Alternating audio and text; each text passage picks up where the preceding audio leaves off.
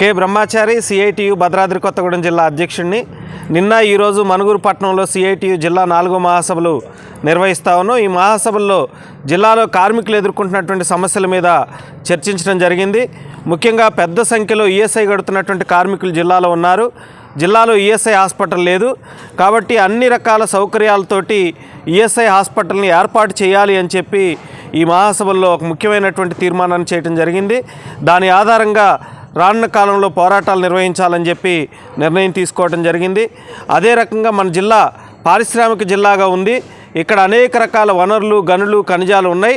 ఈ ఉన్నటువంటి వనరుల్ని సద్వినియోగం చేసే విధంగా కొత్త పరిశ్రమల్ని తీసుకురావాల్సిన అవసరం ఉంది.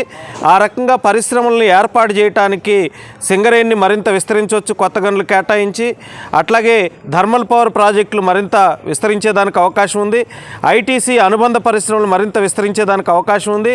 ఈ పరిశ్రమలన్నింటినీ విస్తరిస్తే ఈ జిల్లాలో ఉన్నటువంటి నిరుద్యోగ యువతకి ఉపాధి అవకాశాలు పెరిగేదానికి అవకాశం ఉంది. కాబట్టి ఆ రకంగా పరిశ్రమలు స్థాపించాలని, మన దగ్గర ఉన్న ఎన్ఎండిసిని క్లోజ్ చేశారు, దాన్ని పునరుద్ధరిస్తారా లేదు దాని స్థానంలో ఇవాళ కొత్త పరిశ్రమను ఏర్పాటు చేస్తారా అనేది ప్రభుత్వం ప్రకటించాలని చెప్పి కూడా మా మహాసభ డిమాండ్ చేయడం జరిగింది. అట్లాగే జిల్లాలో గిరిజన ప్రాంతం, ఈ గిరిజన ప్రాంతంలో ఉన్నటువంటి విద్యారంగంలో పనిచేసేటువంటి కార్మికులు పెద్ద ఎత్తున ఉన్నారు. వాళ్ళకి గిరిజన సంక్షేమ శాఖ నుంచి సకాలంలో వేతనాలు రావట్లేదు, వేతనాలు తగ్గిస్తున్నారు. ఇవాళ బీసీ గురుకులాలు, మైనారిటీ గురుకులాలు, సోషల్ వెల్ఫేర్ గురుకులాలు ఇట్లా పెద్ద ఎత్తున విద్యా సంస్థలను ఏర్పాటు చేశారు.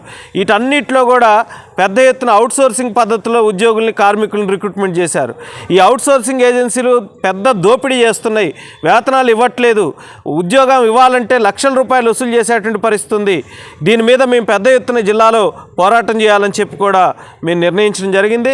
దీంతో పాటుగా ఈ జిల్లాలో ఉన్నటువంటి దళితులు, గిరిజనులు, బలహీన వర్గాల యొక్క అభివృద్ధి జరగాలి అనంటే ఈ ప్రాంతంలో విద్య, వైద్యం అనేటువంటిది చాలా కీలకమైనటువంటి అంశంగా ఉంది. కాబట్టి ప్రభుత్వం కార్పొరేట్ వైద్యాన్ని, కార్పొరేట్ విద్యను ప్రోత్సహించేటువంటి పద్ధతుల్లో కాకుండా ప్రభుత్వ విద్యని, ప్రభుత్వ వైద్యాన్ని మరింత మెరుగుపరిస్తే అది కార్మికులకి, సామాన్య ప్రజానికానికి ఆర్థిక భారాన్ని తగ్గించినట్టు అవుతుంది. ఈ అంశాల మీద మేము రానున్న కాలంలో పోరాటాలకి నిర్ణయం చేయడం జరిగింది ఈ మహాసభలో. ఈ పోరాటాలని కార్మికులు, ప్రజాతంత్రవాదులు, ప్రజలు బలపరచాలని చెప్పి మేము విజ్ఞప్తి చేస్తున్నాం.